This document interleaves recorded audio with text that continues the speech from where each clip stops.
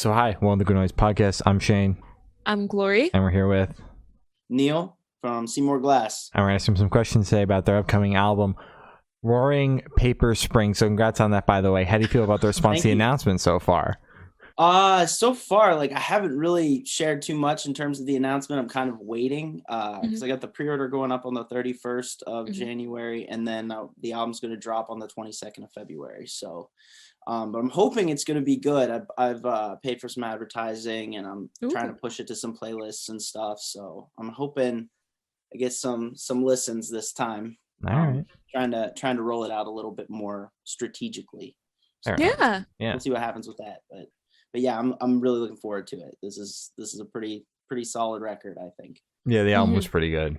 It was it was very good. I'm glad you guys liked it. Of course.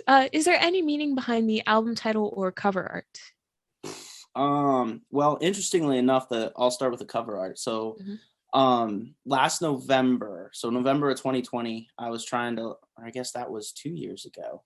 So year and a half. Anyways, November 2020, I did a series of live streams on Instagram, and the guy who did my art for Graveyard Gertie, one of my close friends, his name's Tony Cantini. He decided to do a painting each time I played. So I would play, and then unbeknownst to me, he was painting, and I did my first EP, and then I did Graveyard Gertie, and then I did a cover set, and then I did the full album, which was almost completely different at that time. But as I was playing it, he painted the cover art, and we had a whole other idea for it, and then he showed me that, and I was like, that's it, dude.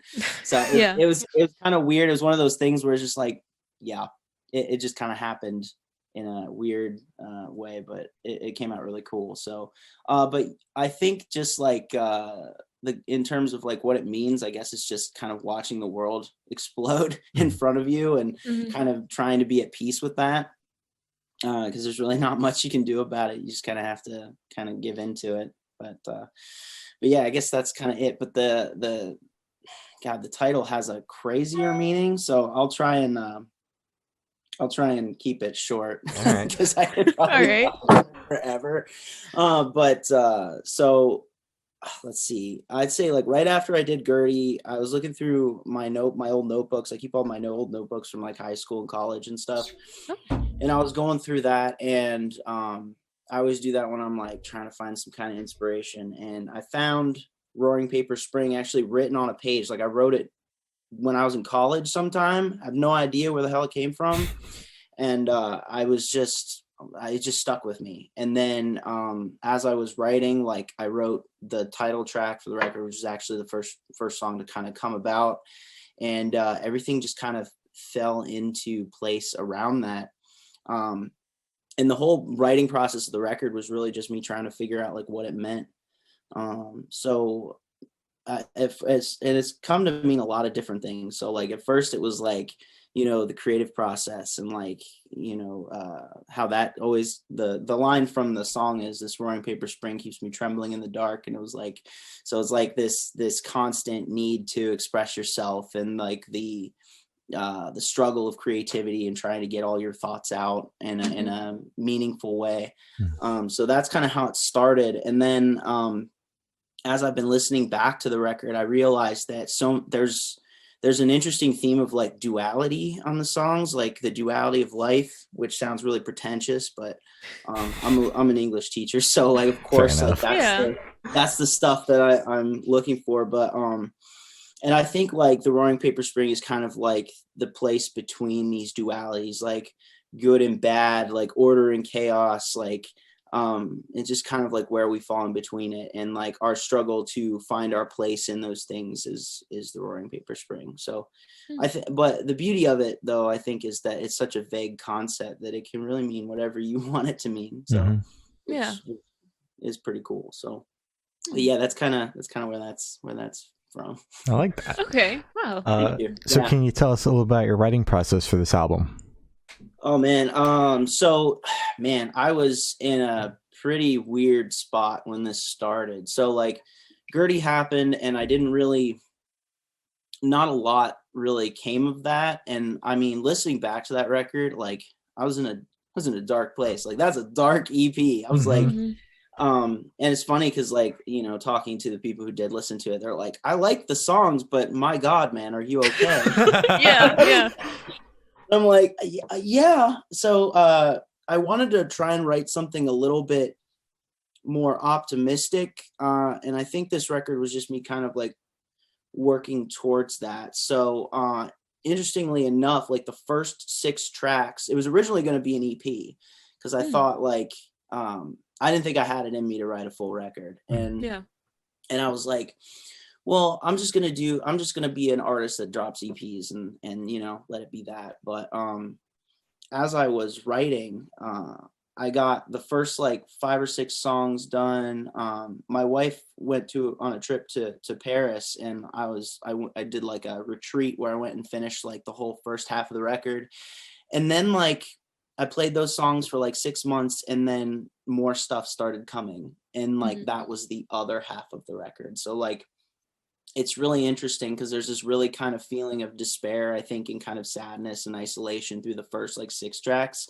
And then like tracks 7 through 12, it really starts to get a lot more optimistic.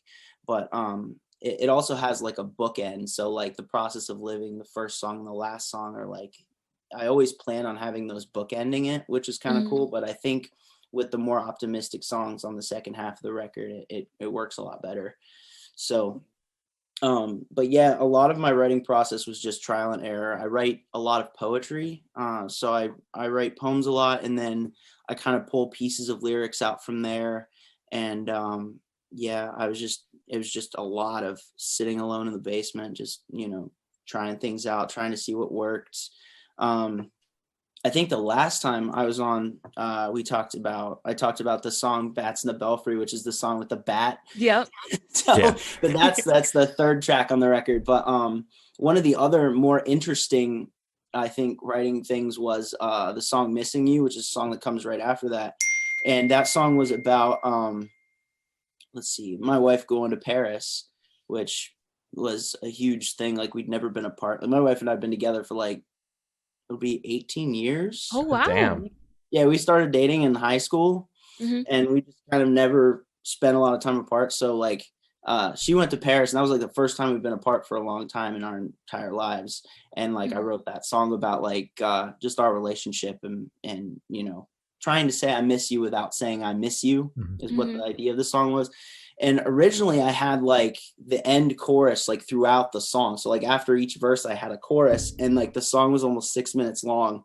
And I was like, this is insane. Like, you cannot have like a 6 minute long song. Nobody wants to hear that. So I went back and I like cut out all the choruses, and that made the song 10 times better. So it's weird because there's no real chorus in that song, but at the same time, it doesn't feel odd without it. Yeah. Okay. So that was an interesting thing, and that really kind of pushed me to really kind of play with like structure and like the way the songs were put together, and they made them a lot more diverse, I think, on this record. And it's funny that you say like no one wants to hear a 6 minute song, but like isn't there a 6 minute song on the album later on? yeah, there is. Like, what? Well, let me say this: like, nobody wants to hear 6 minute songs like sequentially. Okay. So like, Fair enough. So I made a more concentrated effort to be like, all right, I actually have singles on this record that are like 3.5 minutes, and then I have, I think, 2 songs. I think Hope in Time and Alabaster Blues are both like the longer tracks, but I don't think they're overwhelmingly long. I don't think they're like the songs were on Gertie where you're just like, God, is this thing ever going to end?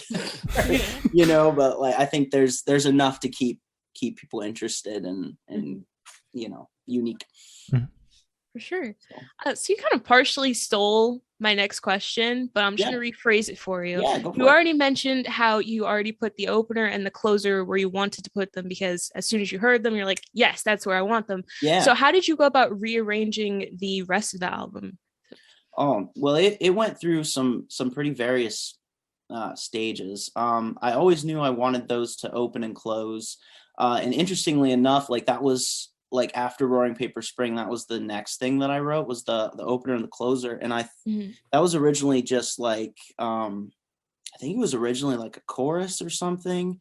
I can't remember, but I was trying to write verses for it and it just never happened. And I was like, yeah, screw it. I'm just going to use what I have. And it came out pretty cool.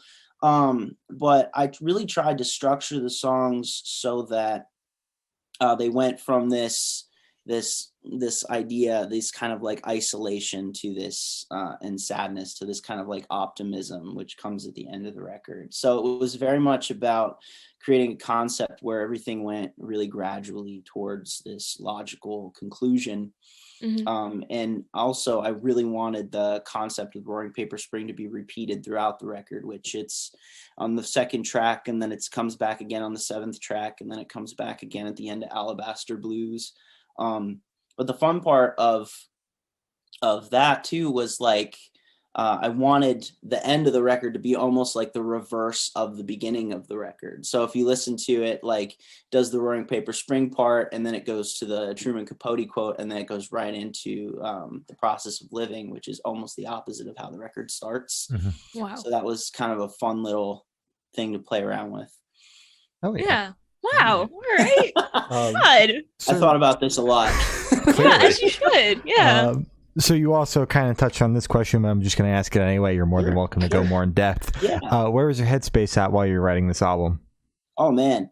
Well, that's a great question. I went, like I said, I started off pretty sad. Like there was a lot of things I was like really kind of working through because I turned 30 amidst like writing this record, and I was always really like bummed out about getting older, because I always felt like, you know, once, especially as a like an artist or a musician, like when I think about all my favorite bands and my favorite artists, like they all wrote their best work, or presumably their best work, like at a young age.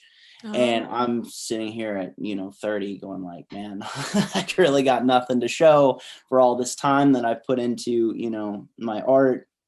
And also I was really kind of distraught with the fact that, like, I shouldn't say distraught, but just a little bit melancholy about the fact that, like, my life has kind of become like what it is. And that sounds really negative, but I guess just like being an adult and settling into having a job and just like the routine of life, which is kind of what the Process of Living is about, is just like that routine, and like, how it's just, you realize that it's not really going to be different. It's just, this is kind of your life. And I was really kind of sad about that for a while. And as I wrote this record, and as I got more into the lyrics, I realized that so much of what I was writing about, and so much of every other aspect of my life, is what made me an artist, and what made me like, so all of that stuff like influenced the things that I wrote about, like, even like my students and the things that they've gone through, and the experiences that we've shared, and, the experiences that I've shared with my wife and my friends. And it was more of, towards the end of the record, it was more about embracing all these other aspects of my life, rather than like kind of fighting against them and, struggling to be an artist only. It was just kind of this recognition that all of that stuff is what makes up me as a person.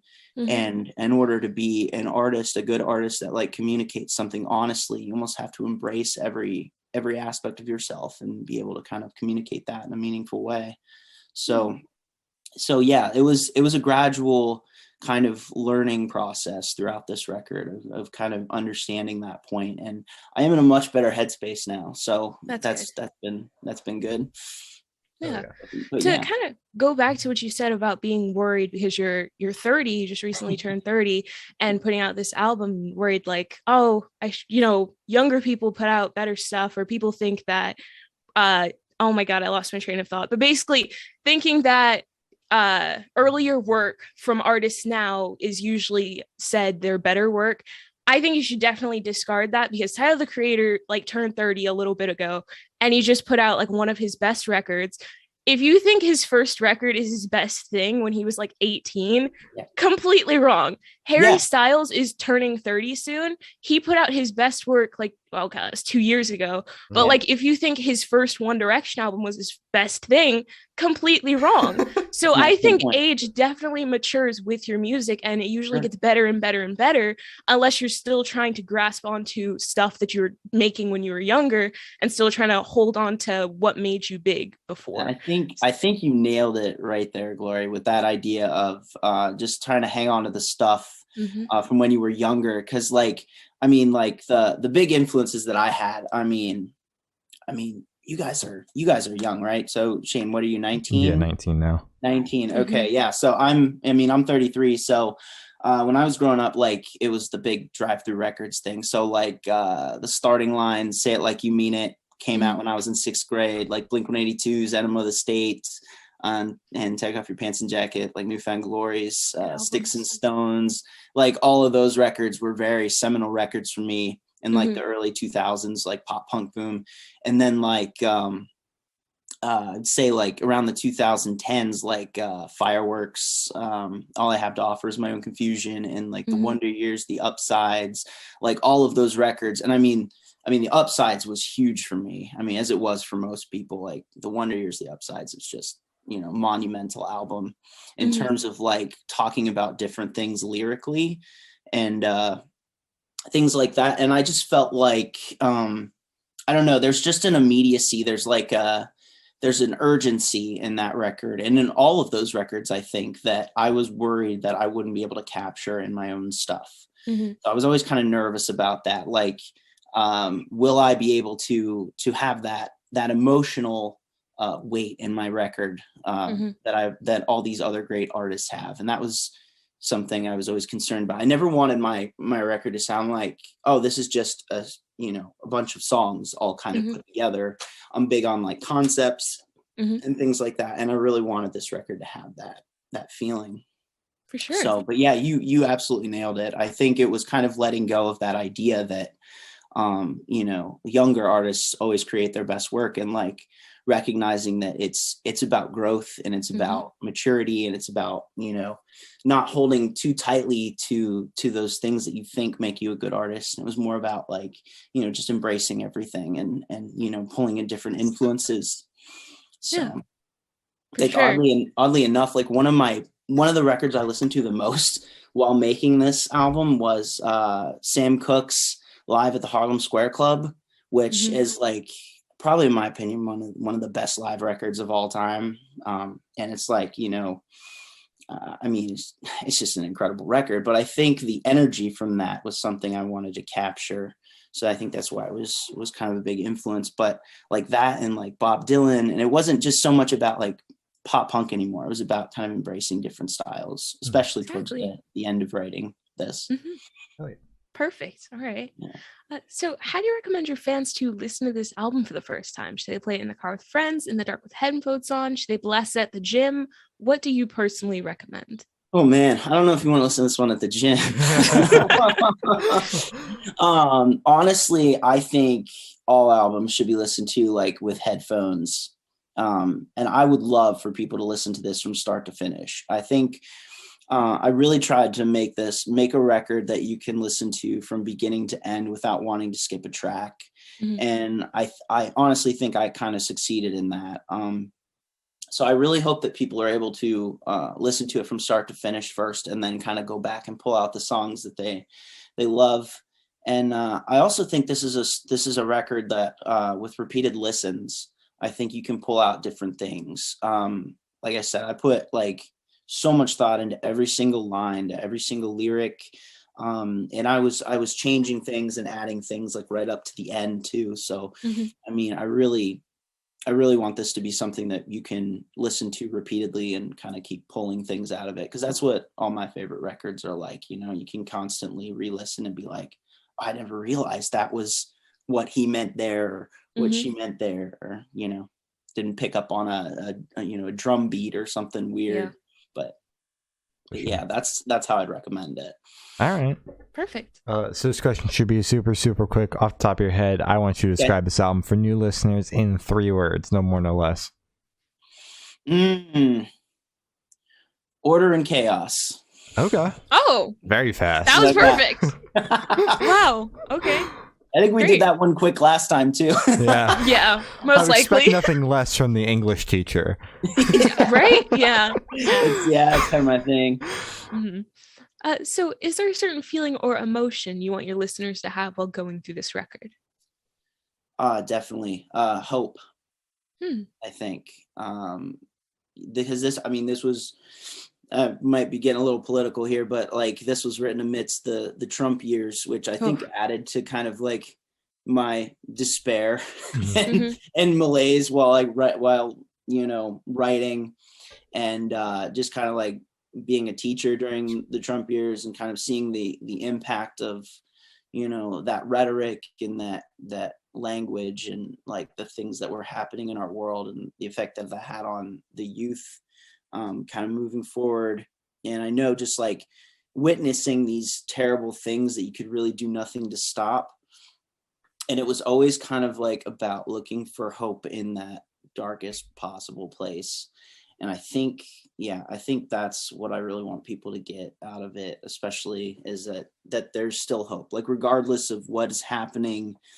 Sometimes you have to turn off the world and you really kind of have to focus on yourself and realize that, a lot of that comes from within, like that desire for hope and that desire for things to get better. And you can't necessarily change what's going on in the world, but you can change yourself in the way that you approach things and the way that you talk about things with other people. And I think, so definitely hope. All right. I like that. So for this question, picture this: you're on tour, you're at a gas station for a rest stop, you're going in. What's your snack of choice? Oh man. Oh, let's see. I would probably get a Mountain Dew fruit punch Kickstarter and some Buffalo blue cheese combos. Okay. And I would You're brave with those. Yeah. That would probably be it, I think. And I would just like to say that in the van, you're bumping Limp Bizkit. On tour, you're wearing uncomfortable shoes every single night.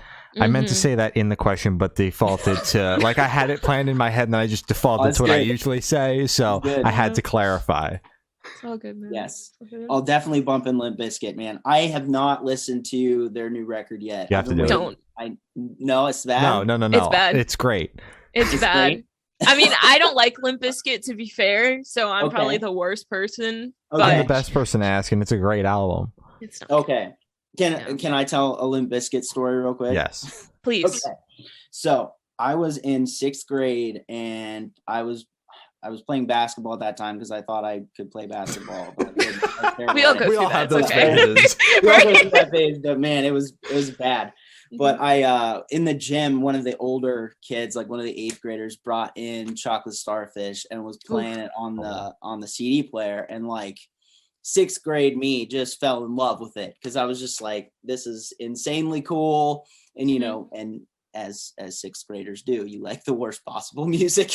Oh yeah. So I asked my dad if we could go to the CD store back when there were CD stores. And I was like, let's, I want to get this record. And he's like, all right. So he takes me to get it. And we go in and I'm super stoked and we buy it. And we're on our way home and I put it in the CD player in the car. Oh, no. And I think you might have told the story on the timeline before, or multiple people Did have I? this story. But please keep going. Well, I'm telling it again because it was insane. So like we put on Rollin' and we get to the part and he's like, where the fuck you at, punk? And like that whole part.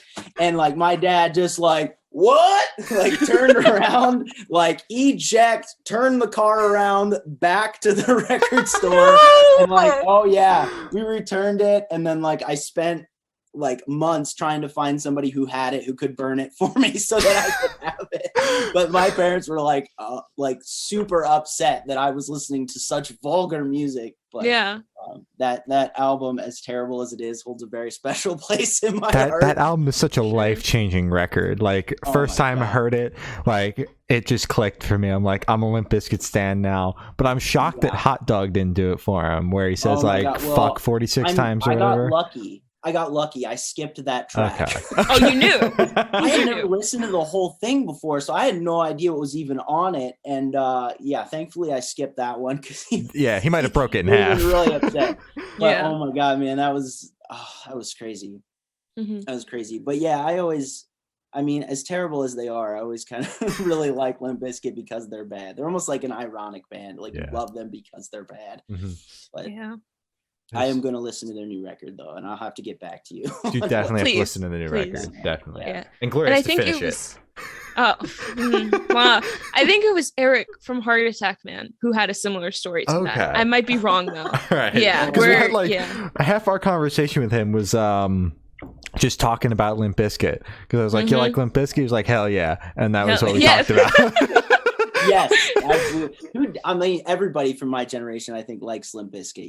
You almost have to. Yeah, you almost have to. It's a given. It's funny though. I love Chocolate Starfish, A Significant Other. Those are really fun records. And then for some reason, my wife really likes their next record, Results May Vary. I was making fun of her because I'm like, nobody likes that record. And she's like, that's their best one. I'm like, you are crazy. You're deaf. You are crazy.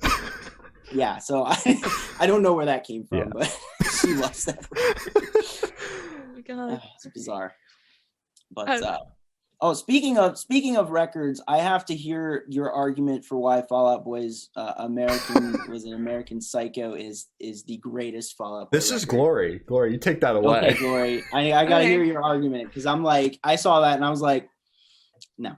Bad take. Bad take. A lot of people had that reaction as well, but I also had a lot of positive feedback. Supporters. Okay. So a lot of people who were like, yeah. So I'm not alone on this. Okay. I like the record because I don't know, all their other stuff just kind of like everything before Save Rock and Roll, pre-hiatus, kind of just globs together and one thing. Bad it's all take. just kind of mush. It's all just kind of gray. No. I don't know, but everything post hiatus, I just really like because it feels like they came back with more vibrant sound and they just weren't scared to kind of explore different sounds. Shane, stop making that face at me. They explore new sounds and then they make awful records while exploring those new sounds. You literally like Papa Roach, Limp Bizkit. No offense, I love sorry. Papa Roach. Oh my god. I feel unsafe Papa here. Roach. I'm getting into Papa Roach to spite Glory. Like this is the thing I started today, and I'm I like my brain is just a constant rotation of discography now. Like it's just playing a different song every couple of minutes. The first record I bought that I fell in love with was Papa Roach. Well, I say after Blink-182's Enema of the State was Papa Roach's Infest. I freaking love that. I still love that record. I mean, it's not my style of music at all anymore, but sometimes I'll pop it in and just have a blast with it. And then their second one that came after that, Love, Hate, Tragedy, nobody really liked that record, but I always dug that record too. It was weird, but still good. Fair enough. But okay. I have a rebuttal on the Fall Out Boy thing here because wow. Yeah, it's a brave take. I know. Awful. Wow. Yeah, that's a brave. Well, it's fascinating too because again, we come from totally different generations. I mean, I remember listening to Take This to Your Grave on the bus, somebody burn it for me, and I remember listening. I love that one. I love that album. God. Tell That Mick, that first song is just it's incredible. It's a perfect record. I would agree. I think all of their records, their first 4 records are perfect records, honestly. And I almost feel that way for the exact same way that you feel about their newer stuff. I feel like they were always kind of pushing these boundaries. They had that great pop punk record, and then From Under the Cork Tree was really cool because they were playing with pop sounds, and then they just kept going with that. And then my favorite, and I got it out so I could hold it up. No, that's my least favorite. That's my partner's favorite. The best Fall Out Boy record. Oh. I know that's what's your least I hate it. I hate it so much. What do you have against that album? It's just so boring. I don't get it. I don't get. I love Mania. Okay. Here's why I love this record, and it's probably a lot of it's tied to nostalgia too. This was the time when I was in my band and we were starting to really kind of find our sound, and this I learned to sing to this record. So like I'd put this in my car and I would sing like every song, and like, I mean, I think you can still kind of hear the Patrick Stump influences in my vocals a little bit. But at that time, I mean, I was like, I was trying to sound exactly like Patrick Stump. Yeah. So, but like, God, what are the tracks on here? Like, exactly. See, you can't even remember them. Oh, no. I remember them. I was just couldn't remember the names. Let's see. The Afterlife of the Party is probably my favorite Fall Out Boy song. I'm a stitch away from making it. Like that song, just the way it builds to that crescendo at the end, and like the way he holds out those notes is just insane.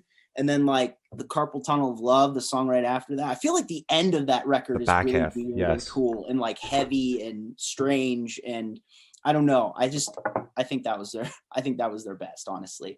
Folie à Deux was cool.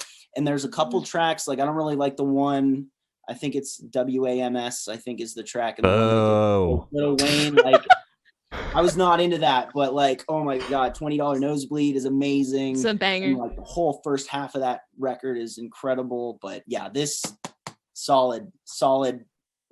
Please give it another listen. Don't write it off yet. Okay, I'll listen one more time. Neil, you were much nicer about that than I would be. Well, I'll give the American Psycho one a listen. It's so like, it's so good. To be honest, after Save Rock and Roll, I kind of dropped off the Fall Out Boy train. So I didn't. Oh my God. Because I was just kind of like, I don't know, that record didn't do it for me. It was weird. I was so excited too, because like when they broke up, like I was devastated, just because they were just such a huge influence, and they were coming back, and I was super stoked. And like they hadn't released my songs "Know What You Did in the Dark" yet, and I remember like just waiting for that song to come out and like sitting there, and it came out, and I watched the video for it, and I got done watching it, and I was like, I should like this, but I don't. I don't understand why. Yeah. But I think they're just writing almost for like a different generation now, which is cool. I mean, I get that and I respect that. I mean, my time with Fall Out Boy has ended, and yours is beginning, so that's a positive thing. But yeah, I don't know. I had to know your take on that, because I saw that and I was like, oh my God, I don't even know how to respond to this. Yeah, a lot of people are still mad at me about that, and now just don't take my hot takes seriously because of all my Fall Out Boy takes. Keep up the hot takes. Thank you. Please don't. I don't back any of them.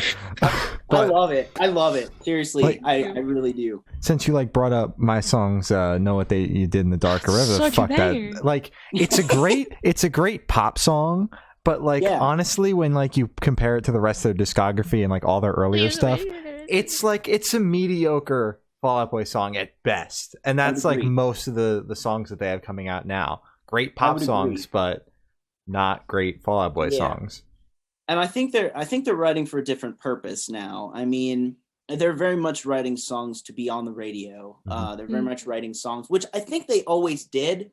They just had, in my opinion, a little bit more integrity with like the earlier stuff in terms of sticking to the sound of the time, like the scene and like the pop punk scene. They were always playing on that sound, and now I think they're just like doing variations of like, you know, different pop sounds, which okay, but man, I miss early Fall Out Boy. I really do. That's fair. Those records are so good. That's fair. So do you just like not like Mania? I don't know. Is that what songs are on Mania? That's the newest one. Yeah, that's the purple one. I don't think I've listened to a lot of it, so maybe I'll have to check it out. Like I said, I fell off the Fall Out Boy train pretty hard after Save Rock and Roll. Like I bought because they released it weird too. Like they did the vinyl on like 2 10-inches. It's like a double 10-inch record. Yeah, so it's strange. But I remember getting it and listening to it and just being like, yeah, this just isn't where I am anymore. Yeah. I did like the last track. I did like Save Rock and Roll, the last song with Elton John, but probably just because they had Elton John come in and sing on that, and I thought that was really rad. Yeah, that's fair. All right, so I'll listen to the one with the sheep on the front if you listen to American Beauty, American Psycho. I will, I promise. Okay, all right. I'll let you know how I feel about it if you let me know how you feel about it. Okay, so once after you get done with Thanks for the Memories, because that's honestly probably my least favorite song on that record, like the whole end of that record, just You could skip genius. the slow song too. Fuck Golden. Oh, dude, I love Golden. Oh no, dude. That was like the only song I liked off of it too. Fuck that song. I still sing that song, like doing vocal warm-ups and stuff. That's like my go-to. Fair enough. Slow songs just aren't my jam, so. Oh, I get it. Fair. I get it. I understand. It's cool. Well, what was your? I listened to your guys' year-end one with your favorite records, and Shane, you actually inspired me to go listen to Slipknot's Chapeltown Rag again, because I listened to it when it first came out, and I was like, yeah, it's pretty good. And then I went back and listened to it again before I hopped on with you guys, and I was like, this song is awesome. Mm-hmm. And thank God, because again, Slipknot, I fell off hard after Iowa. I loved Iowa. And then they did Volume 3, and I was kind of like, it's okay. And then I've tried every album since then and haven't really dug them. But man, Chapeltown Rag is a banger. They've definitely found their footing again. Although I love all the records after Volume 3. I can't get into Volume 3 at all. But the albums after that are some of my favorites. But they've definitely found their footing again with that with the new single. I'm excited for the album whenever it comes out. Cool. Yeah. Mm-hmm. Awesome. Hell yeah. Yeah, I'm looking forward to that. Sure. Yeah. So we hit all the points in your tweet now. Exactly. Yeah, we did. There you go. Did we hit them all? Yeah, I think so. Oh man, that's awesome. Okay, sweet. Perfect. So I'm gonna shift back to the questions now. I used to have a segue for this, but we kind of, we're not talking about food anymore. So on the topic of food, if the project was a dish, what dish would the project be? When you guys I listened to your interview with St. Judas, and I thought about St. Judas. This track, I love that dude too. Mm-hmm. He's like the nicest guy. He's ever. So nice, right?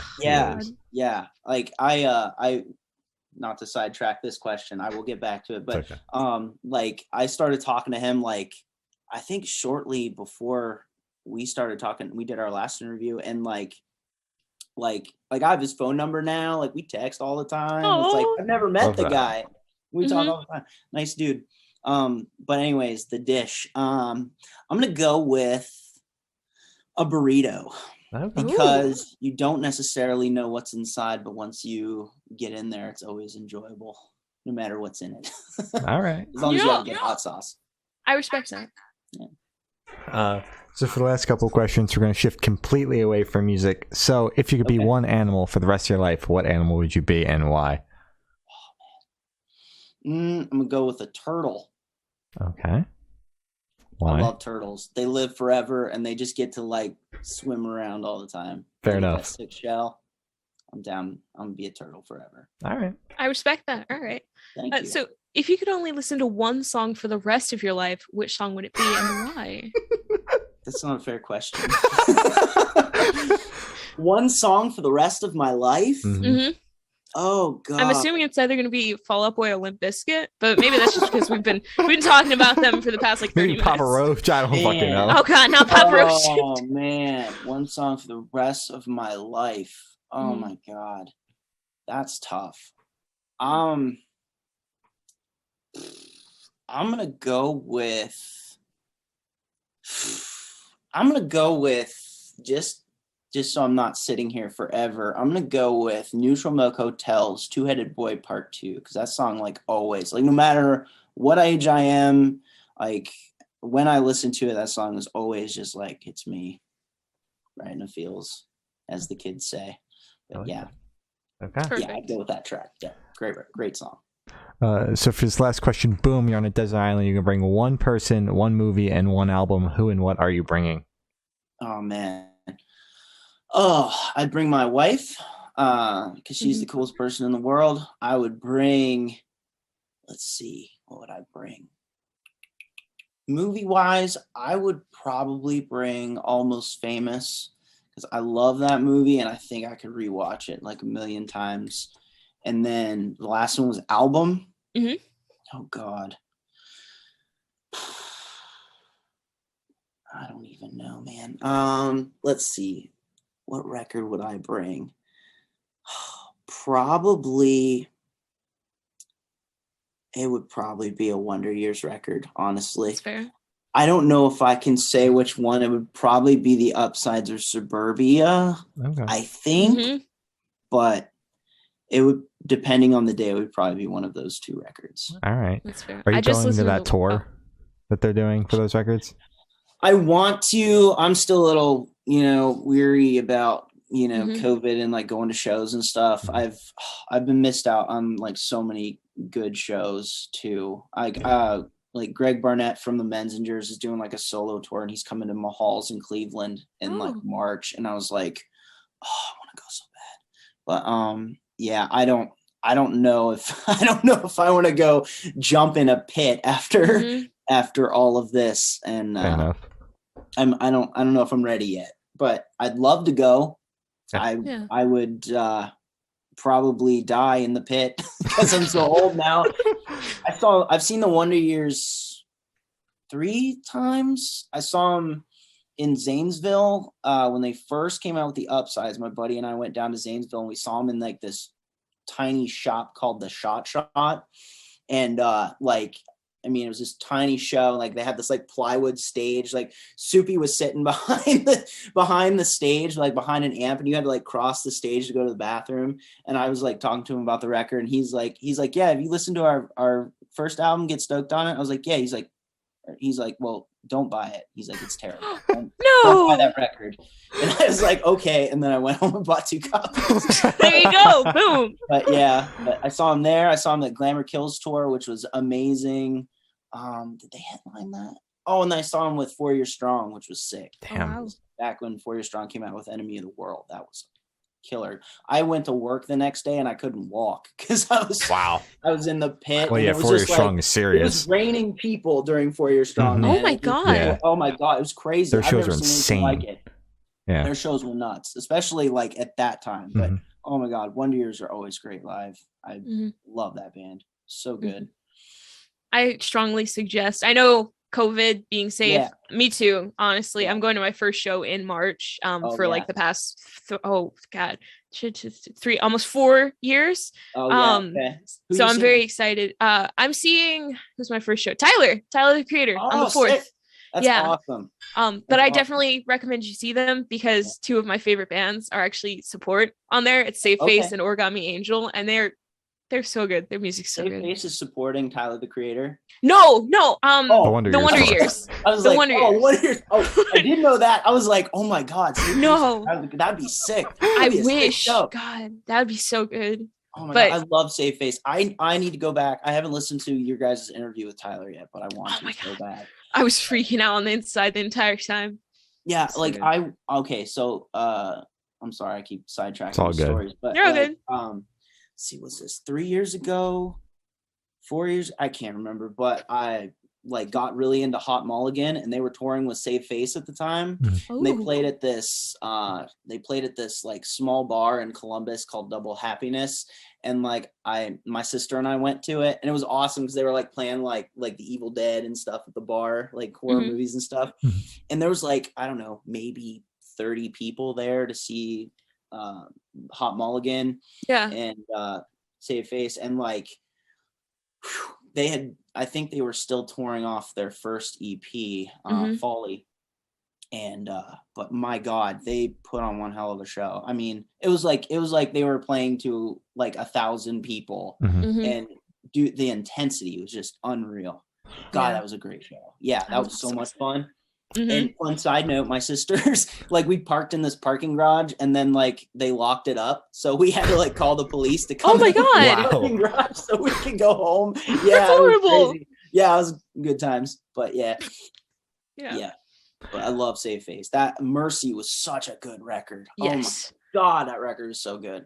And another kill for the highlight reel. I am still slowly getting into that.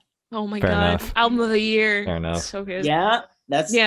Was that your album of the year? Is that your number one? No, well, it was my number 2. Tyler the Creator's Call Me If You Get Lost. That's what I thought, because I need to go back and listen to the Tyler record too. Oh my god, you won't regret it. So You have so much to listen to. We're giving you so much homework. You do. You have homework. Yeah, no. Well, I've been out of the loop on music. Like I was trying to do like a top 10 list of like my favorite records that came out this past year. And like I think I only listened to 10 new records because I was so like entrenched in the recording process. And I was like always listening to my demos and things like that. So I need suggestions on what to listen to because I'm trying to get back into like buying and listening to music again. But yeah, I'm so Tyler the Creator, and I need to listen to Safe. I have it on vinyl, but I have not sat down with it a lot yet. So fair enough. I will. Perfect. All right. Well, that is all the questions we have for you today. Is there anything that you would like to plug? Well, new record comes out February 22nd. I'll be releasing a music video for the first 4 singles each week subsequently. And hopefully you can go check out my Bandcamp, SeeMoreGlass.bandcamp.com. And I highly recommend, if you like the record, to purchase it there for the first 2 weeks. I'm going to be donating all the proceeds to No More Dysphoria and Snap. So those 2 charities, I'm going to split the proceeds between those. And then the next 2 weeks, I'm going to be splitting the proceeds between, Rescue and Rain. So for all the pre-order money is going to be donated to charity. So if you like the record, please go buy it on my Bandcamp and listen to it and pre-order it on Spotify and all that cool stuff. So, and check out the music videos because they're going to be fun and weird. And I did them all myself with my friends. So all right. Those are the best kind. Yeah, they're pretty weird, but also pretty fun. All right. So, well, thank you for now. This has been SeeMoreGlass, and we have been the Good Noise Podcast.